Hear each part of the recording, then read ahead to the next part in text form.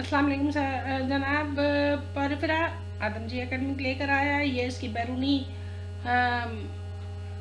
शक्ल सूरत है। बड़े बड़े सुराख हैं जिनको स्पिला कहते हैं। इंटरनली जो खोखला सा स्ट्रक्चर है ये स्पंजोसील है। बॉडी पर छोटे छोटे सुराख हैं जो ऑस्टिया कहलाएंगे। ये उनके स्ट्रक्चर्स हैं, ये उनकी लेबलिंग है। ठीक है। और इन लेबलिंग स्पीक्यूल्स के बीच में बैठा हुआ मेसेनकाइम के सेल्स हैं जो कि उसको मजबूती फराहम करते हैं, सीमेंट के तौर पे काम करते हैं। ये जनाब आपकी टर्म्स हैं जो लेबलिंग में इस्तेमाल हुई हैं, उनकी डेफिनेशंस हैं। काइनोसाइट्स हैं, पोरोसाइट्स हैं, आर्क्योसाइट्स हैं।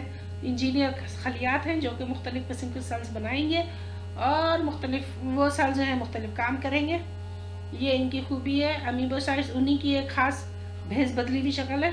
अच्छा, यहाँ पर एक टर्म यूज हो रही है टोटीपोटेंट। टोटीपोटेंट का मतलब है भेज बदलने वाले, यानी शक्ल सूरत बदल देने वाले। They can change their shape और ये कन्वर्ट हो जाते हैं किसी और सेल में, तो ऐसे सेल्स को टोटीपोटेंट कहते हैं। एमीबोसाइट्स उन्हीं की एक एग्जांपल है जिनका काम कुछ स्ट्रक्चर के में काम है, डाइजेशन में, लेकिन रिप्रोडक्शन और रीजनरेशन में बहुत है। एग और स्पॉन्ज बनाते हैं सेक्सुअल रिप्रोडक्शन के लिए। ऑस्टियोस्क्यूलम की डेफिनेशंस हैं, सेलिएंट फीचर्स हैं, खास खास बातें हैं। एनिमल किंगडम में हैं, मल्टीसेलुलर हैं, सुराख रखने वाले जानदार हैं, पोर्स होते हैं, 5000 किस्में हैं। ठीक है। और चूंकि स्पंज फोम की तरह नजर आता है, स्पंज की तरह, इसलिए स्पंजिस कहा जाता है। ज़्यादातर समंदरी पानी में होते हैं लेकिन कुछ ताज़ा पानी में भी पाए जाते हैं। सिमेट्री ये नोट्स अगर हेडिंग्स के साथ आप देते हैं तो एग्जामिनर को ज़्यादा अच्छे तरीके से पता रहेगा, आपको आसानी से याद भी रहेगा। ठीक है कि 10 हेडिंग्स लिखनी है कि 5 हेडिंग्स लिखनी है। रेडियल सिमेट्रिकल होते हैं या फिर कोई सिमेट्री नहीं होती, एसिमेट्रिकल होते हैं। बॉडी सिलेंड्रिकल है, वैज लाइक है, गुलदान की तरह की है। ठीक है, जिसके दरमियान में सेंट्रल कैविटी मौजूद है। एंडोस्केलेटन 2 किस्म के हैं। स्क्लेरोब्लास्ट के सिक्रीट किए हुए स्पिक्यूल्स हैं जो कैल्केरियस और सिलिशियस 2 किस्म के हो सकते हैं। और या फिर स्पंजन फाइबर्स हैं जो इन स्पिक्यूल्स के बीच में सीमेंटिंग का काम करते हैं। जाल की तरह का एक खांचा बनाते हैं, जाल बना देते हैं और इस तरह बॉडी जो है वो फर्म रहती है, सीधी रहती है, बिल्कुल मुड़ती नहीं है, आराम से पानी के वेव्स वगैरह से इनको सिक्रीट करने के लिए स्पॉन्जियोब्लास्ट काम करते हैं। और ये सब जो है ना इंजीनियर सेल्स आर्क्योसाइट्स के बनाए हुए हैं। ठीक है। बॉडी ऑर्गेनाइजेशन सेलुलर जनाब प्रिमिटिव है, मल्टी सेलुलर है, लेकिन सेल्स की लेवल तक ही बॉडी इनकी है। सेलुलर ऑर्गेनाइजेशन है, ना तो इनमें टिश्यूज हैं और ना ही इनमें ऑर्गन सिस्टम है। ना टिश्यू सिस्टम है ना ऑर्गन सिस्टम है। ठीक है। और यही सेल्स जो हैं मुख्तलिफ काम अंजाम दे रहे हैं। सिलोम जो है वो सेंट्रल है, मौजूद है, क्योंकि ये डिप्लोब्लास्टिक है। 2 जर्म सेल्स मौजूद हैं इसमें। ठीक है। एक्सटर्नल और इंटरनल। एक्सटर्नल जो है वो ऑटोडर्मल सेल्स है, वो पिनाकोसाइट्स की बनी हुई। इनर जो है वो गैस्ट्रिक लेयर है, क्वानोसाइट्स की बनी हुई। और दरमियान में स्पंजोसील या एट्रियम मौजूद है। लोकोमोशन नहीं है इनमें, एक जगह चिपके हुए रहते हैं, किसी सबस्ट्रेटम के साथ अटैच रहते हैं। इस वजह से इनको नॉन मोटाइल यानी ससाइल कहा जाता है। ससाइल के टर्म आप यूज़ करेंगे हर हालत में कि ये जो है साइंटिफिक वर्ड है। रिप्रोडक्शन सेक्सुअली एसेक्सुअली दोनों तरीके से होती है। एसेक्सुअली में बडिंग, फ्रेगमेंटेशन और गेम्यूल्स बनते हैं, छोटे छोटे बीज जैसे स्ट्रक्चर्स बनते हैं जो कि कहीं गिरेंगे, पानी में बिखर जाते हैं और फिर नए जानदार और नई कॉलोनी बनाते हैं। जबकि सेक्सुअल, और अगर उसका कोई पार्ट टूट जाता है तो वो नए पार्ट भी में चेंज कर लेते हैं। सेक्सुअल रिप्रोडक्शन जो है वो में एग और स्पर्म्स के ज़रिए होती है और उनको बनाने के लिए एमोबोसाइट्स एक्टिव रहते हैं जो कि आर्क्योसाइट्स की एक शक्ल है, भेस बदला हुआ है। आप ये पिक्चर में देख सकते हैं कि ये छोटा सा आउटग्रोथ जो बड है और ये टूट कर अलग होती है, न्यू ऑर्गेनिज्म बनाती है। अगर ये कट जाए किसी वजह से तो नया जानदार ज़मीन में गिरने के बाद उग जाएगा। ठीक है। और जबकि सेक्सुअल में क्या होता है कि स्पर्म्स बनते हैं और वो पड़ोसी के घर पर छापा मारते हैं, वहाँ के एग को फर्टिलाइज करते हैं और एग फर्टिलाइज होने के बाद जो है वो एक लार्वा में वो एग फर्टिलाइज्ड एग जो है वो चेंज हो जाता है।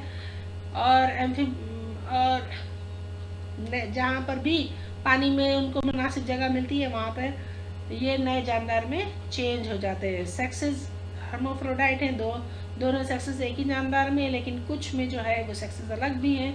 अच्छा, दूसरी बात यह है कि इनडायरेक्ट डेवलपमेंट है, लार्वा चेंज हो जाता है और लार्वल स्टेज आती है। एम्फीब्लास्टुला लार्वा को कहा जाता है या पैरेन्काइम्यूला कहते हैं, और वही जो है वो नए जानदार में डेवलप हो जाता है। न्यूट्रिशन जो है इनकी होलोजोइक है, यानी सब कुछ पानी में मिला हुआ जो कुछ सॉलिड और लिक्विड फूड पार्टिकल्स हैं उनको अंदर ले लेते हैं, इंजेक्शन होती है, और उसके बाद सेल के अंदर प्रोसेसिंग होती है, सेल के अंदर उसकी डाइजेशन होती है। क्योंकि कोई सिस्टम नहीं है, नर्वस सिस्टम नहीं है, ब्रेन नर्व्स नहीं है, लेकिन न्यूरो सेंसरी सेल्स मौजूद हैं जो बॉडी को सेंसेस प्रोवाइड करते हैं। रीजनरेशन, जनाब, इनकी पावर ऑफ रीजनरेशन है। अगर कोई टुकड़ा टूट के गिर जाता है तो नए जानदार में ये चेंज हो जाता है, वो टुकड़ा जो है वो दोबारा बन जाता है। जैसे कि आपने छिपकली में देखा है कि दुम टूट जाती है, कट जाए तो दोबारा नई दुम निकल आती है। इसी तरह इनके अंदर भी पावर ऑफ रीजनरेशन है कि ये दोबारा अपने टूटे हुए हाथ या पैर को, यानी अपने पार्ट को डेवलप कर लेते हैं, लॉस्ट पार्ट को। क्लीवेज इनकी जो है वो इनडायरेक्ट और होलोब्लास्टिक है, यानी कि पूरा का पूरा जो एग है, एक तो एग में जर्दी बहुत थोड़ी सी होती है, और फिर पूरा एग जो है वो सेल्स में चेंज हो जाता है, सेलुलाइजेशन हो जाती है उनकी। तो ये ऐसी क्लीवेज को क्या कहते हैं, होलोब्लास्टिक कहते हैं। पूरा सेल, अगर पूरा एग जो है वो फर्टिलाइज्ड एग जो है वो सेल्स में तकसीम हो जाए, डिवीजन शुरू हो जाए, ठीक है। रेस्पिरेशन एक्सक्रीशन के कोई खास ऑर्गन्स नहीं है, बल्कि जिस्म के इंटरनल बॉडी लेयर से इनमें डिवीजन के जरिए गैसेस और नाइट्रोजन वेस्ट की एक्सचेंज होता है। कैनाल सिस्टम, जनाब आपकी किताब में इसका जिक्र नहीं है। कैनाल सिस्टम और स्पिक्यूल्स दो खास खूबियाँ हैं पॉलीफेरा की। तो स्पिक्यूल्स तो मैंने आपको समझा दिया कि दो किस्म के हैं, लेकिन कैनाल सिस्टम भी आप देखिए ये 3 किस्म के होते हैं, सही है। इसको एक्विफेरस सिस्टम भी कहते हैं। एक्विफेरस सिस्टम, कैनाल सिस्टम, बड़ी क्लासों में तो बाकायदा इस पर नोट भी आता है, पूरा लिखा जाता है।